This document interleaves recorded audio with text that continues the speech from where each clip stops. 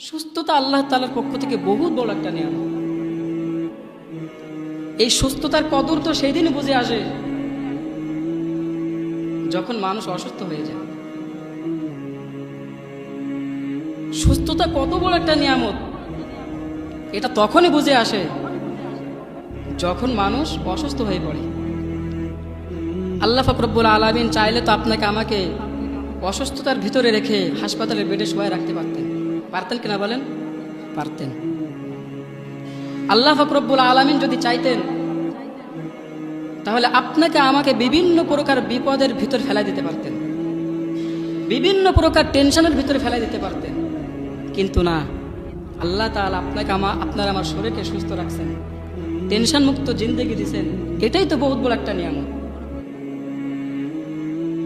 সুস্থতা আল্লাহ তাআলার পক্ষ থেকে বহুত বড় একটা নিয়ামত। হযরত মুসা আলাইহিস সালাতু ওয়াস সালাম আল্লাহ তাআলার সঙ্গে ডাইরেক্ট কথোপকথন করতেন, ডাইরেক্ট কথা বলতেন। তো একবার মুসা আলাইহিস সালাতু ওয়াস সালাম আল্লাহ তাআলাকে বলতেছেন, হে আল্লাহ, আপনি যদি মুসা হইতেন আর আমি যদি আল্লাহ হইতাম তাহলে আপনি আমার কাছে সর্বপ্রথম কি চাইতেন? আপনার চাওয়া পাওয়া সর্বপ্রথম কি হইতো? তখন আল্লাহ তাআলা বলতেছেন, এটা কখনো সম্ভব না। এরপরে মুসা আলাইহিস সালাম আবার আল্লাহর কাছে একই প্রশ্ন করেছেন, যদি আমি আল্লাহ হইতাম, হে আল্লাহ, আর আপনি যদি মুসা হইতেন আমার কাছে সর্বপ্রথম কি চাইতেন? আল্লাহ তাআলা এবার উত্তর দিলেন, এটাও কোশ্চেন করা সম্ভব না। তৃতীয়বার মুসা আলাইহিস সালাম আবার একই প্রশ্ন করলেন। তখন আল্লাহ তাআলা বললেন যে আমি যদি মুসা হইতাম আর তুমি যদি আল্লাহ হইতে তাহলে আমি সর্বপ্রথম যে জিনিসটা তোমার কাছে চাইতাম সেটা হলো সুস্থতা। এবার একটু চিন্তা করেন, আপনি আমি যে সুস্থতার ভিতরে আছি এটা কত বড় একটা নিয়ামত আল্লাহর পক্ষ থেকে, বহুত বড় একটা নিয়ামত।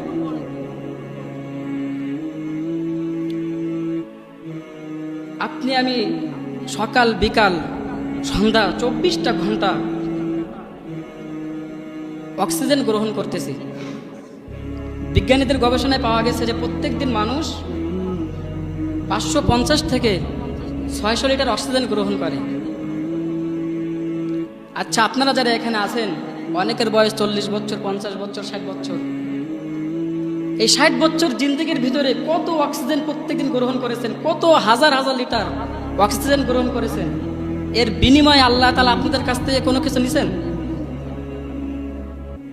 কিচ্ছু নেননি। একটু অসুস্থ হয়ে দেখেন, একটু হাসপাতালে ভর্তি হয়ে দেখেন, একদিনে অক্সিজেনের বিনিময়ে তারা কত টাকা নিয়ে রাখে।